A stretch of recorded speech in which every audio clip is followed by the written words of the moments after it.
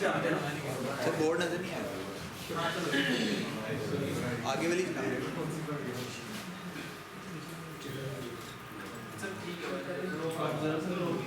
ये फ्रंट में क्या ठीक है सही है ठीक है हमारे पास पेपर भी है ठीक है। अच्छा जी हमें अब ये सवाल सॉल्व करना है डिजिट्स डिस्प्ले का। अच्छा जी क्या करेंगे इस तरह हमने पहले किया था हमने कोर्स पहले D1 D2 D3 D4 D5 और D6 कंप्यूट की ठीक है। ये जो कंप्यूटेशन वाला कोड था वो बिल्कुल वही होगा जैसे पहले क्वेश्चन नंबर 1 ठीक है। तो उसके बाद सेंचुरी हमें क्या करना है उसके मॉड्यूल है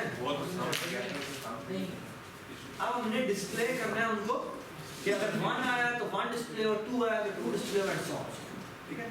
एसेंशियली हमने कुछ इस तरह की चीज करनी है कि अगर D1 डबल इक्वल टू 1 के बराबर आ गया तो सी आउट कर दे डबल कोट में 1 ठीक है। ऐसा भी हो सकता है कि D1 क्या आ जाए एल्स इफ D1 क्या आ जाए डबल इक्वल टू 2 के बराबर आ जाए तो इसी तरह 2 आ जाएगा। ये कितने इफ आएंगे ये 10 इफ आएंगे 0 से 9 0 से 9 या 1 से 0 ले लें ठीक है 1 से 10 ये हो गया।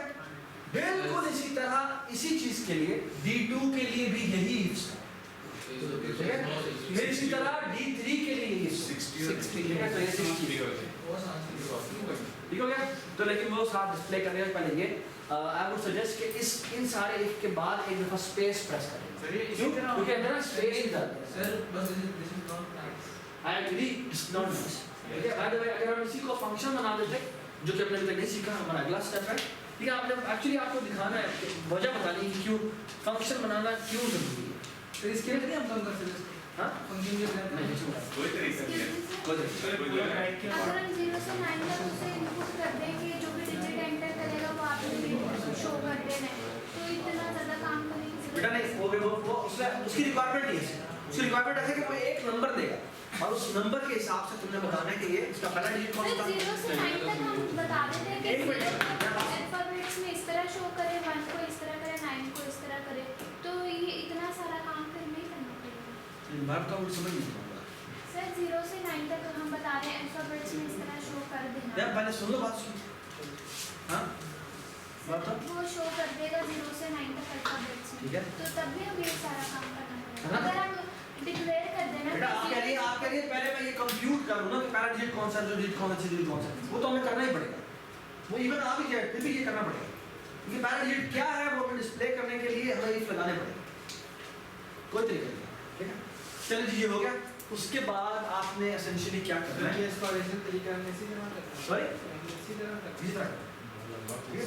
बाय द वे ये एक थोड़ा सा बेहतर तरीका हो सकता है इसमें वो सिर्फ ये है कि एटलीस्ट ये कॉपी पेस्ट होगा लेकिन बाकी सिर्फ एक जगह पर वैल्यू चेंज हो सकती है एक मिनट वो ये हो सकता है कि अगर तुम थोड़ा सा जाकर पढ़ लो कि स्विच स्टेटमेंट क्या होता है ठीक है।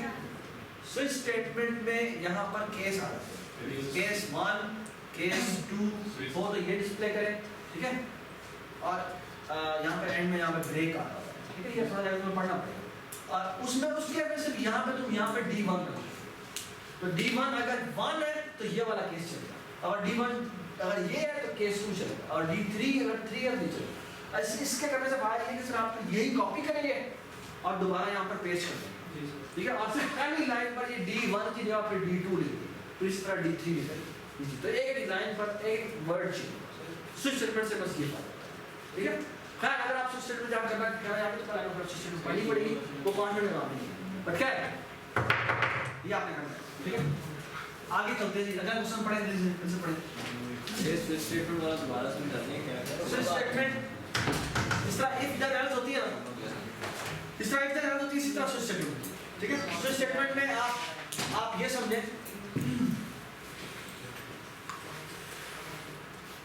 वैसे स्विच स्टेटमेंट का मतलब होमवर्क दे इतनी मुश्किल बात नहीं है ठीक है। यहाँ पे स्विच होता है ठीक है यहाँ पे कोई वैल्यू होती है ठीक है आई डोंट नो कि वो क्या वैल्यू है ठीक है और यहाँ पे केसेस लगे होते हैं कि केस अगर 1 है यानी कि वैल्यू की वैल्यू 1 है तो वो इस जगह है और यहाँ पे आप जो भी स्टेटमेंट लिखेंगे वो एग्जीक्यूट होगी। फॉर एग्जांपल हमारे केस में सी आउट सिर्फ 1, ठीक है, और यहाँ पे लगा होता है ब्रेक।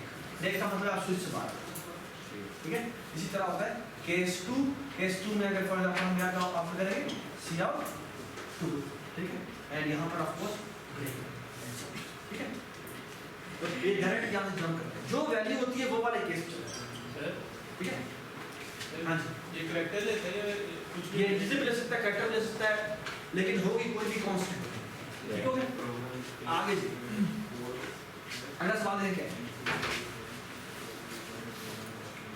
ये सवाल बहुत बड़ा सवाल,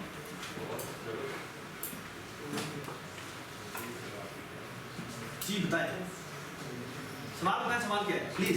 आलिया सवाल पढ़ो, सवाल क्या है?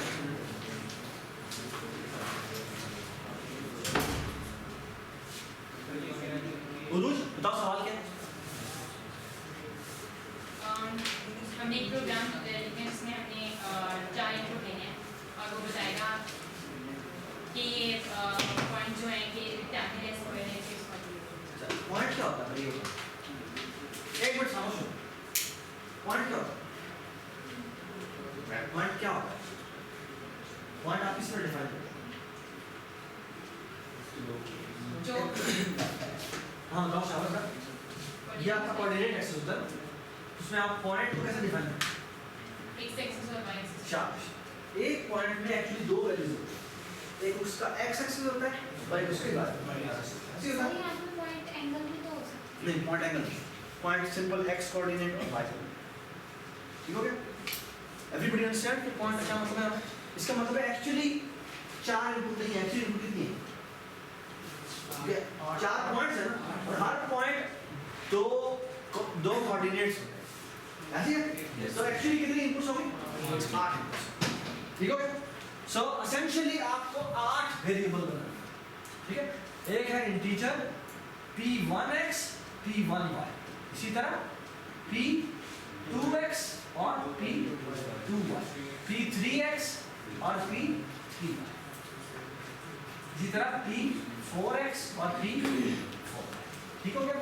एवरीबॉडी अंडरस्टैंड हमने क्या किया? अच्छा अब इनको अगर इनको अज्यूम करोगे तो हमने कि p1 ये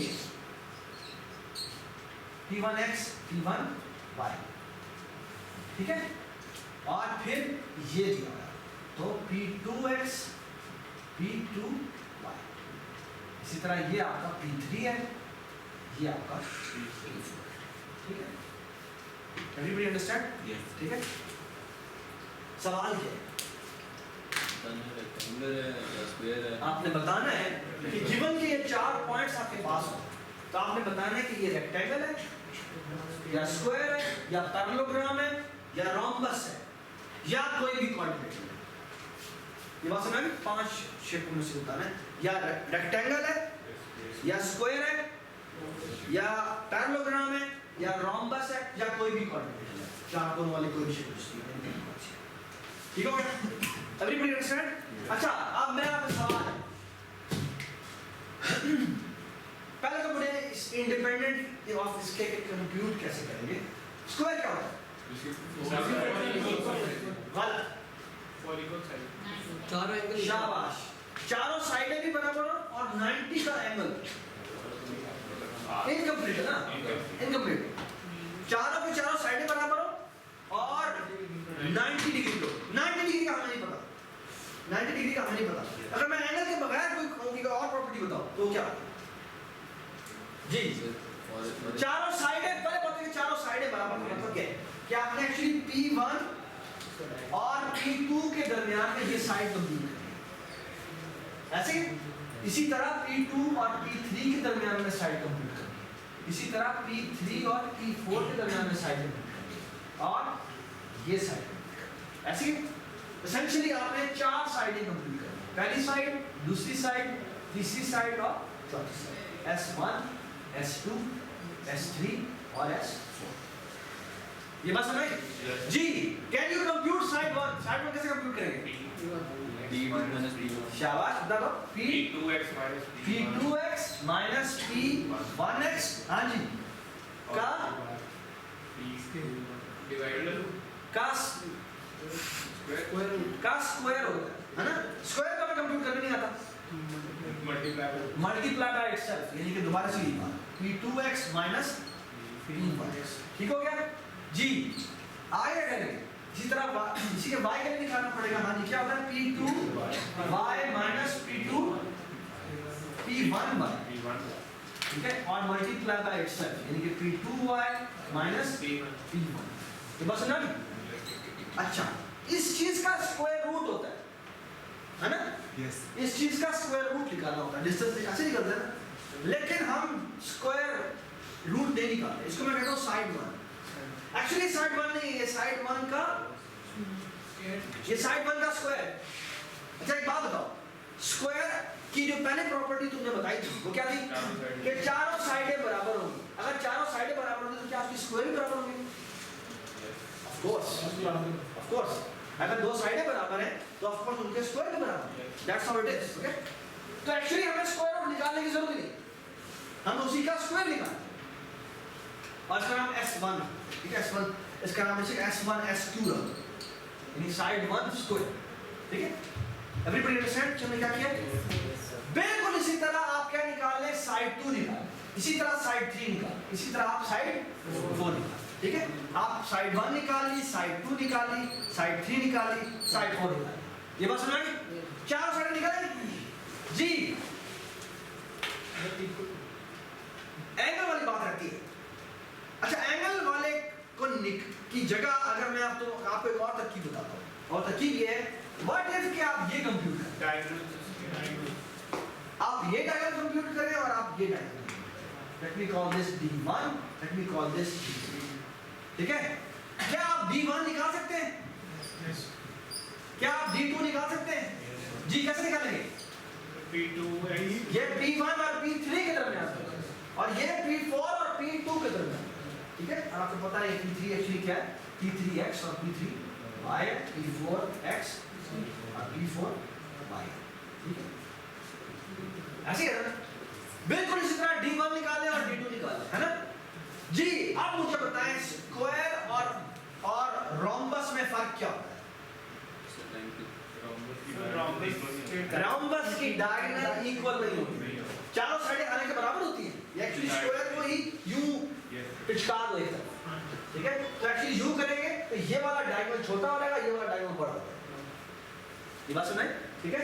तो एक्चुअली अगर आप ये साइड निकालें तो चारों साइडें बराबर हो और डायगोनल बराबर हो तो वो क्या हो जाएगा?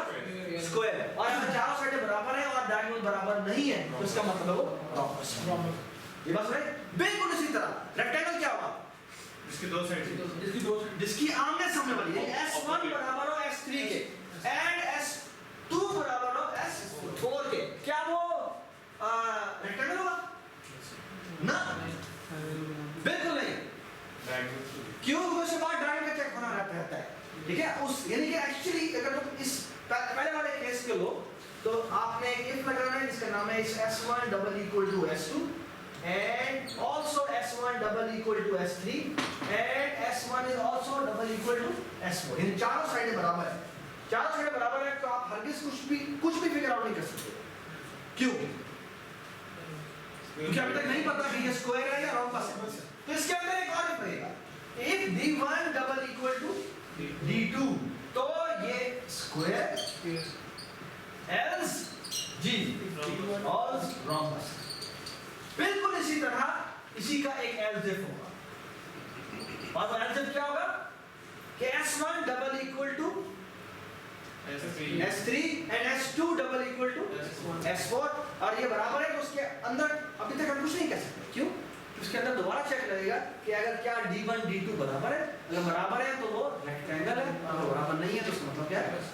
वो रोम्बस, ठीक है जी। अगला सवाल पढ़ें, जल्दी से बताएं किससे क्या होता है।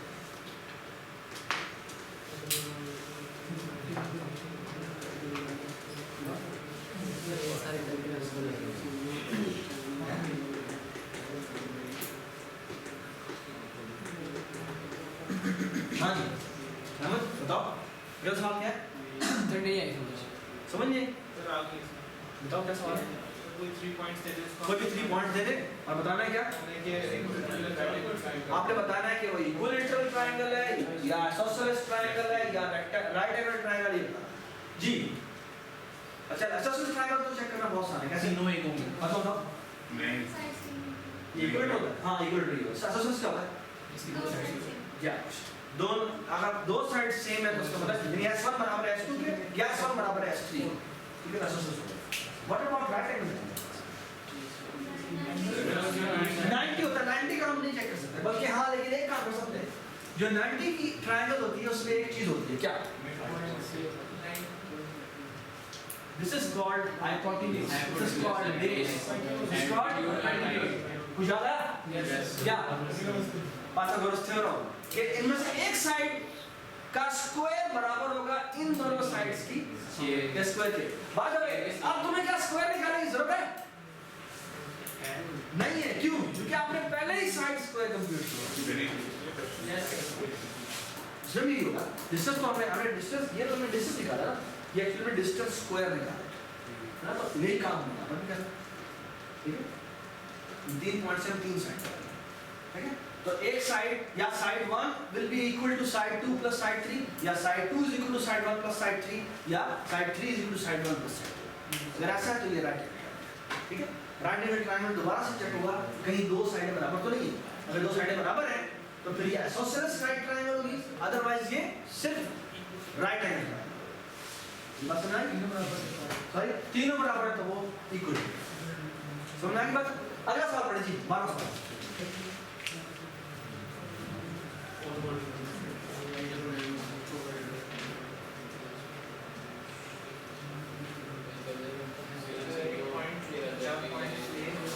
सारा रेक्टेंगल है ना इधर नहीं ताना वो रेक्टेंगल के अंदर है या वेरी गुड किसने बोला हाँ शाबाश यहाँ पर 4 पॉइंट्स हैं और एक 5 एक्चुअली 5 पॉइंट मिले यानी कि 10 इनपुट लेनी है एक पॉइंट है और आपने बताना है कि ये 5वां पॉइंट है ये इस रेक्टेंगल के अंदर है ये ठीक है क्या मतलब उसके अंदर आएगा यानी कि फॉर एग्जांपल अगर ये रेक्टेंगल दी है तो ये पॉइंट बाहर है ये पॉइंट भी बाहर है ये पॉइंट भी बाहर है ये पॉइंट भी बाहर है ये पॉइंट ठीक है तो you have to think about it कि वो P1 से का x बड़ा हो y छोटा हो इस तरह के तुम्हें सेक्टर से बहुत कोऑर्डिनेट्स मेंशन करने पड़ेंगे ऐसे ये सोचना कुछ अच्छा जी क्वेश्चन नंबर 13 इसके लिए सिर्फ एक चीज आपको समझनी है वो ये कि मैं रेस कर देता हूँ give me just 1 minute now